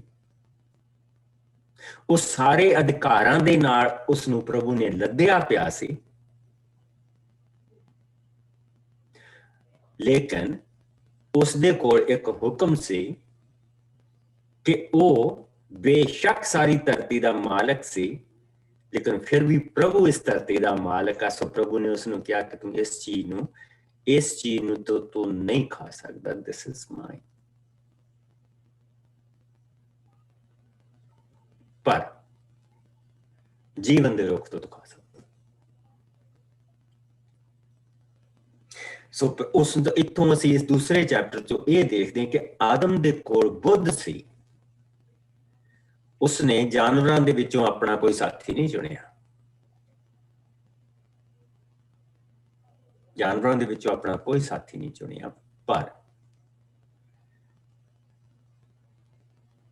ਉਸਨੇ ਪ੍ਰਭੂ ਨੂੰ ਇਹ ਦਿਖਾ ਦਿੱਤਾ ਕਿ ਮੇਰੇ ਲਈ ਇੱਥੇ ਕੋਈ ਨਹੀਂ। I am different, ਮੈਂ ਵੱਖਰਾ ਹਾਂ, ਮੇਰਾ ਸਾਰਿਆਂ ਤੋਂ ਵੱਖਰਾ ਹੈ। ਸੋ ਪ੍ਰਭੂ ਨੇ ਕਿਹਾ ਠੀਕ ਆ, ਮੈਂ ਤੈਨੂੰ ਇਸ ਤੋਂ ਵੀ ਵੱਡੀ ਇੱਕ ਬਰਕਤ ਦੇਣਾ, ਮੈਂ ਤੇਰੇ ਤੋਂ ਕਿਸੇ ਨੂੰ ਤਿਆਰ ਕਰਦਾ। ਸੋ ਬੇਸਿਕਲੀ ਸਭ ਤੋਂ ਪਹਿਲਾਂ ਅਸੀਂ ਔਰਤ ਦਾ ਜਿਹੜਾ ਜਨਮ ਦਿਨ ਹੁੰਦਾ ਦੇਖਦੇ ਪਏ ਹਾਂ, ਉਹ ਆਦਮੀ ਤੋਂ ਹੁੰਦਾ ਪਿਆ। ਪ੍ਰਭੂ ਨੇ ਉਸ ਦੀ ਇੱਕ ਪਸਲੀ ਲਈ, ਉਸ ਤੋਂ ਉਸਨੇ ਔਰਤ ਨੂੰ, ਇਬਰਾਨੀ ਲੈਂਗੁਏਜ ਜਿਹੜਾ ਸ਼ਬਦ ਵਰਤਿਆ ਗਿਆ ਉਹ ਹੈ ਤਰਾਸ਼ਿਆ, ਉਸਨੂੰ ਤਰਾਸ਼ਿਆ। ਸੋ ਔਰਤ ਦੇ ਉੱਤੇ ਇੰਨੀ ਸੁੰਦਰਤਾ ਤਾਂ ਆ ਕਿਉਂਕਿ ਉਹ ਸਵਰਗ ਤੋਂ ਬਣ ਕੇ ਆਈ। ਅਸੀਂ ਮਿੱਟੀ ਦਾ ਢੇਲਾ ਥੱਲੇ ਬਣਾਈ ਗਏ, ਪਰ ਉਹ ਸਵਰਗ ਤੋਂ ਤਰਾਸ਼ ਹੋ ਕੇ ਆਈ। और प्रभु ने जिसलिए वो आया उसने देखो की चीज कही, ये मेरी अपनी हड्डी है। वो तो सुता सी, उसनु किदा पता? इथों पता लगता कि आत्मा दी हजूरी ओदे नाल उसनु पता, आत्मा उसनु दस रही। ये मेरी उसका जिहड़ा साह ओदे विच फूकिया गया वो पवित्र आत्मा है, ਉਹ ਪਵਿੱਤਰ ਆਤਮਾ ਜਿਹੜਾ ਉਹਦੇ ਅੰਦਰ ਸਾਹ ਫੂਕਿਆ ਗਿਆ। ਸੋ ਇਸ ਕਰਕੇ ਉਹ ਕਹਿੰਦਾ ਇਹ ਮੇਰੀ ਆਪਣੀ ਹੱਡੀ ਹੈ, ਮੇਰਾ ਆਪਣਾ ਮਾਸ ਹੈ, ਇਹ ਨਰ ਵਿੱਚੋਂ ਨਿਕਲੀ ਹੈ, ਇਹ ਨਾਰੀ ਅਖਵਾਏਗੀ। ਔਰ ਫਿਰ ਉਸਨੇ ਸਦਾ ਤੱਕ ਜਿਹੜਾ ਪਰਿਵਾਰ ਦਾ ਜਿਹੜਾ ਯੂਨਿਟ ਆ, ਜਿਹਦੇ ਵਿੱਚ ਪਰਿਵਾਰ ਦਾ ਸਭ ਕੁਝ ਵਸਦਾ, ਉਸਨੇ ਭਵਿੱਖਬਾਣੀ ਕੀਤੀ ਹੈ। ਪਹਿਲੀ ਭਵਿੱਖਬਾਣੀ ਇੱਥੇ ਆਉਂਦੀ ਹੈ। ਇਸੇ ਲਈ ਆਦਮੀ ਆਪਣੇ ਪਿਤਾ ਅਤੇ ਮਾਤਾ ਨੂੰ ਛੱਡ ਕੇ ਆਪਣੀ ਪਤਨੀ ਦੇ ਨਾਲ ਮਿਲਿਆ ਰਹੇਗਾ ਤੇ ਉਹ ਇੱਕ ਸਰੀਰ ਬਣੇ ਰਹਿਣਗੇ। ਉਸ ਸਮੇਂ ਉਹ ਦੋਵੇਂ ਅਰਥਾਤ ਆਦਮੀ ਅਤੇ ਉਸਦੀ ਪਤਨੀ ਨੰਗੇ ਸਨ, ਪਰ ਇੱਕ ਦੂਜੇ ਤੋਂ ਸੰਗਦੇ ਨਹੀਂ ਸਨ। ਕਿੱਡੀ ਵੱਡੀ ਬਰਕਤ, ਕਿੱਡਾ ਵੱਡਾ ਰਹਿਮ, ਕਿੱਡਾ ਵੱਡਾ ਕਰਮ ਇਨਸਾਨ ਨੇ ਸਾਡੇ ਉੱਤੇ, ਪ੍ਰਭੂ ਨੇ ਸਾਡੇ ਇਨਸਾਨਾਂ ਦੇ ਉੱਤੇ ਕੀਤਾ ਸੀ। ਕਿੰਨੀ ਵੱਡੀ ਉਸਦੀ ਦਇਆ ਸੀ। ਇਸ ਤੋਂ ਪਿਆਰੀ ਇਨਸਾਨ ਦੀ ਰਚਨਾ ਹੋਰ ਕੀ ਹੋ ਸਕਦੀ ਹੈ? ਇਸ ਤੋਂ ਵੱਡੀ ਪ੍ਰਭੂ ਦੀ ਹਜ਼ੂਰੀ ਇਨਸਾਨ ਦੇ ਲਈ ਹੋਰ ਕੀ ਹੋ ਸਕਦੀ ਹੈ? ਇੱਥੋਂ ਸਾਨੂੰ ਆਪਣੀ ਕੀਮਤ ਪਤਾ ਲੱਗਦੀ ਹੈ। ਐਜ਼ ਅ ਮੈਨ, ਮਰਦ ਹੁੰਦਿਆਂ ਹੋਇਆਂ ਮੈਨੂੰ ਆਪਣੀ ਕੀਮਤ ਇੱਥੋਂ ਇਹ ਪਤਾ ਲੱਗਦੀ ਆ ਕਿ ਪ੍ਰਭੂ ਨੇ ਮੈਨੂੰ ਕਹਿ ਕੇ ਨਹੀਂ ਬਣਾਇਆ, ਪ੍ਰਭੂ ਨੇ ਮੈਨੂੰ ਮਿੱਟੀ ਤੋਂ ਆਪਣੇ ਹੱਥਾਂ ਦੇ ਨਾਲ ਬਣਾਇਆ ਔਰ ਆਪਣਾ ਸਾਹ ਫੂਕ ਕੇ ਮੈਨੂੰ ਜਿਉਂਦਾ ਪ੍ਰਾਣੀ ਬਣਾਇਆ। ਇਸ ਕਰਕੇ ਇਸ ਧਰਤੀ ਦੇ ਉੱਤੇ ਮੈਂ ਬਣਿਆ, ਮੈਂ ਮਰਦ। ਔਰ ਮੇਰੀ ਹਰ ਇੱਕ ਭੈਣ ਨੂੰ ਆਪਣੀ ਕੀਮਤ ਪਤਾ ਲੱਗਦੀ ਆ ਕਿ ਮੇਰਾ ਪ੍ਰਭੂ ਪਰਮੇਸ਼ਰ ਨੇ ਮੈਨੂੰ ਮਿੱਟੀ ਤੋਂ ਨਹੀਂ ਥੱਪਿਆ, ਪਰ ਮਿੱਟੀ ਤੋਂ ਬਣਾਏ ਹੋਏ ਇਨਸਾਨ ਤੋਂ ਉਸਦੀ ਸਭ ਤੋਂ ਜ਼ਰੂਰੀ ਚੀਜ਼ ਇੱਕ ਲਈ, ਜਿਹੜੀ ਉਹਦੀ ਪਸਲੀ। ਪਸਲੀ ਬਹੁਤ ਜ਼ਰੂਰੀ ਹੈ।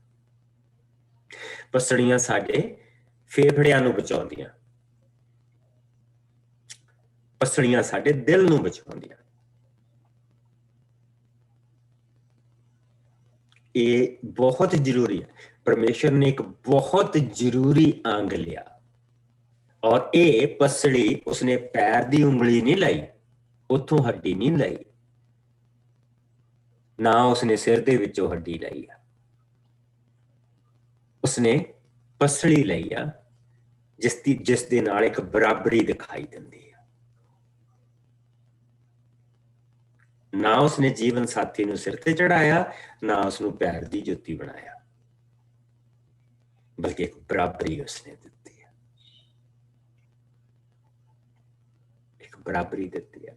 ਲੇਕਿਨ ਅਗਰ ਇੱਥੇ ਧਿਆਨ ਦੇ ਨਾਲ ਦੇਖੀਏ, ਇਟ ਇਜ਼ ਬਿਯੋਂਡ ਦੈਟ, ਇਸ ਤੋਂ ਵੀ ਵੱਡੀ ਬਰਾਬਰੀ ਤੋਂ ਕਿਤੇ ਉੱਚੀ ਚੀਜ਼ ਹੈ। ਉਹ ਸਵਰਗ ਤੋਂ ਤਰਾਸ਼ ਕੇ ਲੈ ਕੇ ਆਇਆ। ਉਸ ਪ੍ਰਭੂ ਦੇ ਵਿੱਚ ਆਪਣੀ ਕੀਮਤ ਦੇਖੋ ਭੈਣੋ, ਕਿੰਨੀ ਕੀਮਤ ਹੈ ਤੁਹਾਡੀ, ਕਿੰਨੀ ਵੱਡੀ ਕੀਮਤ ਆ।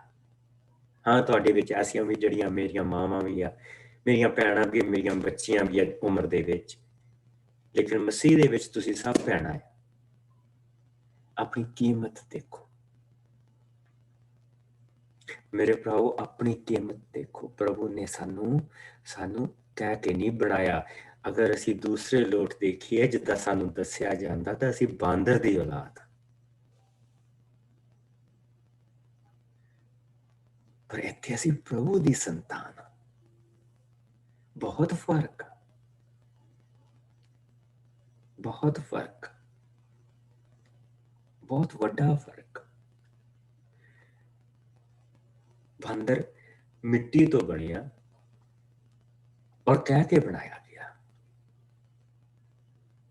ਪਰ ਮੇਰੇ ਪ੍ਰਭੂ ਨੇ ਜਦ ਮੈਨੂੰ ਬਣਾਇਆ, ਸਾਡੇ ਪ੍ਰਭੂ ਨੇ ਜਦ ਸਾਨੂੰ ਬਣਾਇਆ, ਤਾਂ ਉਸਨੇ ਮਿੱਟੀ ਲਈ, ਉਸਨੂੰ ਆਪਣੇ ਹੱਥਾਂ ਦੇ ਨਾਲ ਗੁੰਨਿਆ ਔਰ ਘੁਮਿਆਰ ਦੀ ਤਰ੍ਹਾਂ ਉਸਨੇ ਇੱਕ ਡਿਜ਼ਾਈਨ ਬਣਾਇਆ। ਔਰ ਜਦ ਉਸਦੇ ਵਿੱਚ ਉਸਨੇ ਸਾਹ ਫੂਕਿਆ, ਤੇ ਜਿਹੜਾ ਵਾਧੂ ਘਾਟੂ ਸੀ ਉਹ ਪਾਣੀ ਦੇ ਨਾਲ ਧੋ ਹੋ ਗਿਆ। ਔਰ ਜੋ ਪ੍ਰਭੂ ਨੇ ਬਣਾਇਆ ਸੀ ਉਹ ਨਿਕਲ ਕੇ ਬਾਹਰ ਆ ਗਿਆ। ਯਿਸੂ ਨੇ ਮਿੱਟੀ ਦੀਆਂ 2 ਗੋਲੀਆਂ ਲਈਆਂ, ਮਿੱਟੀ ਲਈ, ਉਸ ਵਿੱਚ ਥੁੱਕਿਆ, ਉਸ ਦੀਆਂ ਗੋਲੀਆਂ ਬਣਾਈਆਂ, ਅੱਖਾਂ ਤੇ ਲਾ ਦਿੱਤੀਆਂ, ਉਸਨੂੰ ਕਿਹਾ ਜਾ ਧੋ ਲਾ। ਅੱਖਾਂ ਬਚ ਗਈਆਂ, ਬਾਕੀ ਦਾ ਧੋ ਹੋ ਗਿਆ। ਉਹ ਦੇਖਦਾ ਵਾਪਸ ਆ ਗਿਆ। ਕਿੱਡੀ ਵੱਡੀ ਕੀਮਤ ਹੈ ਪ੍ਰਭੂ ਨੇ, ਕਿੱਡੀ ਵੱਡਾ ਜਗ੍ਹਾ ਸਾਨੂੰ ਪ੍ਰਭੂ ਨੇ ਦਿੱਤੀ ਹੈ, ਕਿੱਡਾ ਵੱਡਾ ਪ੍ਰਭੂ ਨੇ ਸਾਨੂੰ ਰਹਿਮ ਦਿੱਤਾ।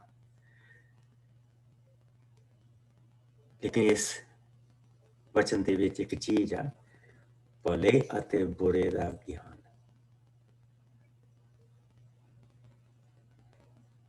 ਸਾਨੂੰ ਹਰ ਕੋਈ ਕਹਿੰਦਾ ਗਿਆਨ ਹੋ ਜਾਏ ਤਾਂ ਸਭ ਕੁਝ ਹੀ ਹੋ ਜਾਂਦਾ। ਨੋ, ज्ञान नहीं, ज्ञान नहीं। प्रभु की हजूरी, प्रभु की बुद्धि, ये जरूरी है। ज्ञान की भाड़ ने हम सानू मरवाना, जो असीं कल नूं देखांगे। सो कल नूं ਅਸੀਂ ਹੁਣ ਜਿੱਦਾਂ ਅੱਗੇ ਵੱਧਦੇ ਜਾਵਾਂਗੇ ਨਾ, ਹੁਣ ਵੱਡੇ ਤੌਰ ਤੇ ਖੋਲਦੇ ਜਾਵਾਂਗੇ, ਜਿੱਦਾਂ ਦੇਖਦੇ ਜਾਵਾਂਗੇ ਪ੍ਰਭੂ ਨੇ ਸਾਡੇ ਲਈ ਕੀ ਰੱਖਿਆ। ਸੋ ਕੱਲ ਨੂੰ ਅਸੀਂ ਟਾਈਮਲਾਈਨ ਦੇਖਾਂਗੇ ਕਿ ਟਾਈਮਲਾਈਨ ਅਸੀਂ ਕਿੱਥੇ ਪਹੁੰਚੇ ਹਾਂ ਔਰ ਸਮੇਂ ਦੇ ਅਨੁਸਾਰ ਅਸੀਂ ਕਿੱਥੇ ਹਾਂ। ਅਸੀਂ ਐਗਜ਼ੈਕਟ ਸਾਲ ਦੇ ਉੱਤੇ ਉਂਗਲ ਰੱਖ ਸਕਦੇ ਹਾਂ ਕਿ ਕਿੰਨੇ ਹਜ਼ਾਰ ਸਾਲ ਪਹਿਲਾਂ, ਕਿੰਨੇ ਹਜ਼ਾਰ, ਕਿੰਨੇ 100 ਤੇ ਕਿੰਨਵੇਂ ਸਾਲ ਦੇ ਵਿੱਚ ਇਹ ਸਾਰੀਆਂ ਚੀਜ਼ਾਂ ਹੁੰਦੀਆਂ ਪਈਆਂ। ਅਸੀਂ ਉਸ ਤੇ ਉਂਗਲ ਰੱਖ ਸਕਦੇ ਹਾਂ। ਇੰਨਾ ਪ੍ਰਭੂ ਦਾ ਵਚਨ ਪ੍ਰਸਾਈਸ ਆ ਜਿਹੜਾ ਸਾਨੂੰ ਦੱਸਦਾ ਕਿ ਅਸੀਂ ਕਦੋਂ ਪ੍ਰਭੂ ਨੇ ਸਾਨੂੰ ਬਣਾਇਆ ਔਰ ਕਦੋਂ ਪ੍ਰਭੂ ਸਾਨੂੰ ਲੈ ਕੇ ਆਇਆ। ਇਹਨਾਂ ਚੀਜ਼ਾਂ ਨੂੰ ਅਸੀਂ ਕੱਲ ਨੂੰ ਦੇਖਾਂਗੇ ਔਰ ਕੱਲ ਨੂੰ ਅਸੀਂ ਇਹ ਵੀ ਦੇਖਾਂਗੇ ਕਿ ਕਿਸ ਤਰ੍ਹਾਂ ਪ੍ਰਭੂ ਆਪਣਿਆਂ ਲੋਕਾਂ ਦੇ ਲਈ, ਬੇਸ਼ੱਕ ਉਸ ਦੇ ਲਈ ਉਸ ਨੂੰ ਛੱਡ ਵੀ ਜਾਂਦੇ ਆ, ਪਰ ਪ੍ਰਭੂ ਨਹੀਂ ਛੱਡਦਾ, ਪ੍ਰਭੂ ਨਹੀਂ ਛੱਡਦਾ। ਜਿਹੜਾ ਸਪਰੇ ਆਓ ਦੁਆ ਕਰੀਏ। ਪ੍ਰਭੂ ਜੀ ਤੇਰਾ ਬਹੁਤ ਸ਼ੁਕਰ ਕਰਦੇ ਹਾਂ ਸਮਾਂ ਜਿਹੜਾ ਤੂੰ ਸਾਨੂੰ ਅੱਜ ਬਖਸ਼ਿਆ, ਤੇਰੀ ਦਇਆ, ਤੇਰੇ ਰਹਿਮ ਦੇ ਨਾਲ ਮਿਲਿਆ। ਮੇਰੇ ਪਿਆਰੇ ਪ੍ਰਭੂ, ਤੂੰ ਸਾਡਾ ਮਹਾਨ ਪਰਮੇਸ਼ਵਰ ਆ, ਖੁਦਾਵੰਦ। ਕਿੱਡੀ ਵੱਡਾ ਪ੍ਰਭੂ ਜੀ ਤੇਰੀ ਬਰਕਤ ਆ। ਜੇ ਤੂੰ ਚਾਹੁੰਦਾ ਤੂੰ ਆਦਮ ਨੂੰ ਦੱਸ ਸਕਦਾ ਸੀ ਕਿ ਇਹ ਸ਼ੇਰ ਆ, ਇਹ ਚੀਤਾ ਆ, ਇਹ ਬਾਂਦਰ ਆ, ਇਹ ਮਗਰਮੱਛ ਆ, ਲੇਕਿਨ ਨਹੀਂ ਪ੍ਰਭੂ ਜੀ, ਜੋ ਕੁਝ ਉਸਨੇ ਆਪਣੀ ਤੋਤਲੀ ਲੈਂਗੁਏਜ ਦੇ ਵਿੱਚ ਜੋ ਜੋ ਨਾਂ ਦਿੱਤਾ ਤੇ ਪ੍ਰਭੂ ਨੇ ਹੱਸ ਕੇ ਸਵੀਕਾਰ ਕਰ ਲਿਆ। ਪਿਆਰੇ ਪ੍ਰਭੂ, ਤੇਰਾ ਕਿੰਨਾ ਪਿਆਰ ਹੈ। ਜਿੰਨਾ ਅਸੀਂ ਇੱਕ ਛੋਟੇ ਜਿਹੇ ਬੱਚੇ ਨੂੰ ਪਿਆਰ ਕਰਦੇ ਹਾਂ, ਪ੍ਰਭੂ ਤੂੰ ਸਾਨੂੰ ਉਨਾ ਪਿਆਰ ਕਰਦਾ। ਮੇਰੇ ਪਿਆਰੇ ਪ੍ਰਭੂ, ਸਾਡੇ ਨਾਲ ਬਣਿਆ ਰਹਿ, ਸਾਡਿਆਂ ਦੇ ਨਾਲ ਬਣਿਆ ਰਹਿ। ਸਾਨੂੰ ਆਪਣੀ ਸਮਝ ਤੋਂ ਬਚਾਈ, ਆਪਣੀ ਬੁੱਧ ਚ ਵਿੱਚ ਬਤਾਈ। ਕੱਲ ਤੱਕ ਜਦੋਂ ਅਸੀਂ ਦੁਆਰਾ ਮਿਲੀਏ ਪ੍ਰਭੂ ਜੀ, ਤੇਰੀ ਰਾਖੀ, ਤੇਰੀ ਦਇਆ, ਤੇਰਾ ਰਹਿਮ, ਤੇਰਾ ਪਿਆਰ ਸਾਡੇ ਸਭ ਦੇ ਨਾਲ ਬਣਿਆ ਰਹੇ ਔਰ ਸਾਡਾ ਧਿਆਨ ਪ੍ਰਭੂ ਜੀ ਤੇਰੇ ਵਿੱਚ ਲੱਗਾ ਰਹੇ। ਬੁਰੇ ਔਰ ਬੁਰਾਈ ਤੋਂ ਸਾਨੂੰ ਬਚਾ ਕੇ ਰੱਖੀ, ਆਪਣੀ ਨਜ਼ਦੀਕੀ ਦੇ ਵਿੱਚ ਬਣਾ ਕੇ ਰੱਖੀ। ਮਸੀਹ ਯਿਸੂ ਦੇ ਮਿੱਠੇ ਔਰ ਪਿਆਰੇ ਨਾਮ ਦੇ ਵਿੱਚ ਮੰਗਦੇ ਔਰ ਮੇਰੇ ਸਾਰੇ ਭੈਣ ਭਰਾ ਕਹਿ ਬਲੈਸ ਯੂ। ਖੁਦਾਵੰਦ ਤੁਹਾਨੂੰ ਬਰਕਤ ਦੇ। ਕੱਲ ਨੂੰ ਸੇਮ ਟਾਈਮ ਮਿਲਾਂਗੇ। ਕੱਲ ਨੂੰ ਆਪਾਂ ਤੀਸਰੇ ਚੈਪਟਰ ਦੇ ਵਿੱਚ ਜਾਵਾਂਗੇ ਔਰ ਕੁਛ ਇੱਕ ਚੈਪਟਰਾਂ ਦੇ ਬਾਅਦ ਅਸੀਂ, ਕਿਉਂਕਿ ਸਾਨੂੰ ਵਾਪਸ ਇਹਨਾਂ ਚੈਪਟਰਾਂ ਦੇ ਵਿੱਚ ਮੁੜ ਕੇ ਆਉਣਾ ਪੈਣਾ, ਸੋ ਇਸ ਕਰਕੇ ਬਹੁਤੀਆਂ ਚੀਜ਼ਾਂ ਮੈਂ ਕਵਰ ਨਹੀਂ ਕਰਦਾ ਪਿਆ, ਲੇਕਿਨ ਬਹੁਤ ਸਾਰੀਆਂ ਚੀਜ਼ਾਂ ਜਿਸ ਲਈ ਅਸੀਂ ਅੱਗੇ ਜਾਵਾਂਗੇ ਤੇ ਇਹਨਾਂ ਚੀਜ਼ਾਂ ਨੂੰ ਕਵਰ ਕਰਾਂਗੇ। Bless you all. ਪਾਸਟਰ ਜੀ ਸੌਰੀ, ਪ੍ਰੇਅਰ ਰਿਕੁਐਸਟ ਸੀਗੀ ਕਿ ਰਵੀ ਨੇ ਮੈਨੂੰ ਹੁਣੇ ਫੋਨ ਕੀਤਾ, ਤੁਸੀਂ ਪ੍ਰੇਅਰ ਕਰਨ ਲੱਗ ਗਏ ਸੀ ਉਦੋਂ। ਮੇਰੇ ਬ੍ਰਦਰ ਨੇ ਕੱਲ ਨੂੰ ਉਹਦਾ ਟੈਸਟ ਆ, ਉਹ ਕਾਫੀ ਸਟ੍ਰੈਸਡ ਆ, 2 ਵੀਕਾਂ ਤੋਂ ਸਟੱਡੀ ਬਹੁਤ ਹਾਰਡ ਕਰ ਰਿਹਾ। ਇੰਸਟਰਕਟਰ ਦਾ ਉਹਨੇ ਦੇਣਾ, ਟਰੱਕ ਦੇ ਇੰਸਟਰਕਟਰ ਦਾ। ਸੋ ਉਹ ਰਵੀ ਕਹਿੰਦੀ ਸੀ ਪਾਸਟਰ ਜੀ ਪ੍ਰੇਅਰ ਕਰ ਦੇਣ ਤਾਂ please. Thank you. Thank you ਪ੍ਰਭੂ ਜੀ ਤੇਰਾ ਸ਼ੁਕਰ ਹੈ, ਸਾਡੀਆਂ ਜਿੱਤ ਵੀ ਤੂੰ ਆ ਔਰ ਸਾਡੀਆਂ ਜਿੱਤਾਂ ਵੀ ਤੂੰ ਆ। ਮੇਰੇ ਪਿਆਰੇ ਪ੍ਰਭੂ, ਤੂੰ ਹਰ ਇੱਕ ਇਨਸਾਨ ਨੂੰ ਗਾਈਡ ਕਰਦਾ, ਹਰ ਇੱਕ ਇਨਸਾਨ ਨੂੰ ਪ੍ਰਭੂ ਜੀ ਤੂੰ ਇੱਕ ਕੰਮ ਦਿੰਦਾ। ਤੂੰ ਆਦਮ ਨੂੰ ਵੀ ਕੰਮ ਦਿੱਤਾ ਔਰ ਉਹਦੀ ਤਿਆਰੀ ਦਿੱਤੀ ਔਰ ਉੱਥੋਂ ਉਸਨੂੰ ਪਤਾ ਲੱਗਾ ਕਿ ਮੈਂ ਇਨਸਾਨ ਹਾਂ। ਉਸਦਾ ਵੀ ਇੱਕ ਟੈਸਟ ਹੋਇਆ ਔਰ ਤੇਰੀ ਕਿਰਪਾ ਦੇ ਨਾਲ ਪ੍ਰਭੂ ਜੀ ਆਦਮ ਨੇ ਉਹ ਟੈਸਟ ਪਾਸ ਕੀਤਾ, ਤਦ ਉਸਨੂੰ ਜਾ ਕੇ ਹਵਾ ਮਿਲੀ। ਇਸੇ ਤਰ੍ਹਾਂ ਪ੍ਰਭੂ ਜੀ ਤੂੰ ਮੇਰੇ ਭਰਾ ਤੇ ਬਰਕਤ ਦੇ। ਟੈਸਟ ਸਾਡੀ ਜ਼ਿੰਦਗੀ ਦੇ ਵਿੱਚ ਪ੍ਰਭੂ ਜੀ ਆਉਂਦੇ ਆ, ਛੋਟੇ ਔਰ ਵੱਡੇ। ਪ੍ਰਭੂ ਜੀ ਤੂੰ ਉਸਦੀਆਂ ਸਭ ਜ਼ਰੂਰਤਾਂ ਨੂੰ ਜਾਣਦਾ। ਸੋ ਮੇਰੇ ਪਿਆਰੇ ਪ੍ਰਭੂ ਤੂੰ ਆਪਣੇ ਬੰਦੇ ਦੇ ਉੱਤੇ ਕਿਰਪਾ ਕਰੀ ਤਾਂ ਕਿ ਖੁਦਾਵੰਦ ਉਹ ਇੱਕ ਟੈਸਟ ਹੀ ਪਾਸ ਨਾ ਕਰੇ, ਬਲਕਿ ਇੱਕ ਚੰਗਾ ਇੰਸਟਰਕਟਰ ਬਣੇ, ਇੱਕ ਚੰਗਾ ਟੀਚਰ ਬਣੇ। ਤਾਂ ਕਿ ਪ੍ਰਭੂ ਜੀ ਆਪਣੇ ਲੋਕਾਂ ਨੂੰ ਸਿਖਾ ਸਕੇ, ਇੱਕ ਅੱਛੇ ਡਰਾਈਵਰ ਜੋ ਪ੍ਰਭੂ ਜੀ ਰੋਡ ਤੇ ਪ੍ਰਭੂ ਜੀ ਉਹਨਾਂ ਨੂੰ ਪੈਦਾ ਕਰ ਸਕੇ, ਤਾਂ ਕਿ ਖੁਦਾਵੰਦ ਸਾਡੇ ਸਭ ਦੇ ਲਈ ਉਹ ਬਰਕਤ ਦਾ ਕਾਰਨ ਹੋਵੇ। ਸੋ ਖੁਦਾਵੰਦ ਤੂੰ ਆਪਣੇ ਬੰਦੇ ਦੇ ਉੱਤੇ ਕਿਰਪਾ ਕਰੀ, ਔਰ ਪ੍ਰਭੂ ਜੀ ਜਿੱਤ ਤੂੰ ਆਪਣੀ ਜਿੱਤ ਦੇ ਨਾਲ, ਤੇਰਾ ਜਿੱਤ ਦਾ ਹੱਥ ਉਸ ਦੇ ਨਾਲ ਹੋ। ਜਿਸ ਚੀਜ਼ ਦਾ ਉਸਨੂੰ ਨਹੀਂ ਪਤਾ ਪ੍ਰਭੂ ਜੀ, ਆਪਣੀ ਉਸਦੀ ਸਟੱਡੀ ਦੇ ਵਿੱਚ ਪ੍ਰਭੂ ਜੀ ਉਹਨਾਂ ਚੀਜ਼ਾਂ ਨੂੰ ਇੱਕ ਵਾਰ ਫਿਰ ਉਸਨੂੰ ਦਿਖਾ ਦੇ। ਇਹ ਮੈਂ ਸਭ ਕੁਝ ਆਪਣੇ ਪਿਆਰੇ ਯਿਸੂ ਦੇ ਨਾਮ ਦੇ ਵਿੱਚ ਮੰਗਦਾ, ਔਰ ਸਾਰੇ ਭੈਣ ਭਰਾ ਕਹਿਣ ਆਮੀਨ। ਆਮੀਨ। Bless you. ਖੁਦਾਵੰਦ ਤੁਹਾਨੂੰ ਬਰਕਤ ਦੇ, ਤੁਹਾਡੇ ਸਾਰਿਆਂ ਦੇ ਨਾਲ ਬਣਿਆ ਰਹੇ। Thank you pastor. ਕੱਲ ਨੂੰ ਦੁਬਾਰਾ ਮਿਲਾਂਗੇ।